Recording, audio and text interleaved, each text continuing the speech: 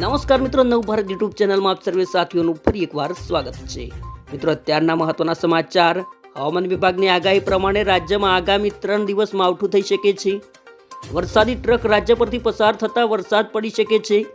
રાજ્યમાં સૌરાષ્ટ્ર અને કચ્છમાં ભારે પવન સાથે વરસાદ થવાની આગાહી કરવામાં આવી। આ ઉપરાંત અમદાવાદ અને ગાંધીનગરમાં પણ મધ્યમ વરસાદની આગાહી કરાઈ છે। રાજ્યમાં પવનની ગતિ 40 કિમીની રહેશે। હાલ ગુજરાતમાં દક્ષિણ પશ્ચિમથી પશ્ચિમની દિશામાં પવન ફૂંકાઈ રહ્યા છે। હવામાન નિષ્ણાત અંબાલાલ પટેલે જણાવ્યું છે કે 13 મેથી રાજ્યના અનેક વિસ્તારોમાં પ્રી મોન્સૂન એક્ટિવિટી શરૂ થશે, જેને કારણે આગામી દિવસોમાં વરસાદી માહોલ સર્જાવાની શક્યતા। હાલમાં કચ્છ, ઉત્તર ગુજરાત અને કેટલાક મધ્ય ગુજરાતના વિસ્તારોમાં પણ તારીખ 12 થી 15 સુધી મધ્યથી ભારે વરસાદ પડી શકે છે। આ સમયે વીજળીના કડાકા, તીવ્ર પવન અને ઝરમર વરસાદ સાથે છૂટાછવાયા વિસ્તારોમાં આંધી વંટોળ જેવી પરિસ્થિતિ સર્જાઈ શકે છે।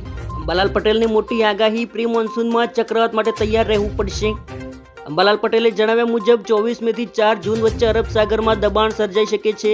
જો દબાણ ઊંડું બને અને ચક્રવાતી સ્વરૂપ ધારણ કરે તો તે ગુજરાતના તટીય વિસ્તારોમાં વરસાદ લાવી શકે છે। આ સમયગાળામાં રોહિણી નક્ષત્ર ચાલુ રહેશે અને જો એ નક્ષત્ર દરમિયાન વરસાદ થાય તો સામાન્ય રીતે તેને શુભ સંકેત માનવામાં આવે છે, જે પુનઃ એક સારું ચોમાસું આવતા હોવાનું સંકેત આપે છે। જો તારીખ 19, 20 અને 22 મેના રોજ વરસાદ થાય તો તે આંધી સાથે જ થઈ શકે છે। આ સંજોગો પૃથ્વી પટ્ટીના દરિયાઈ તાપમાનમાં ફેરફાર અને ભેજના પ્રમાણના આધારે નિર્ભર રહેશે।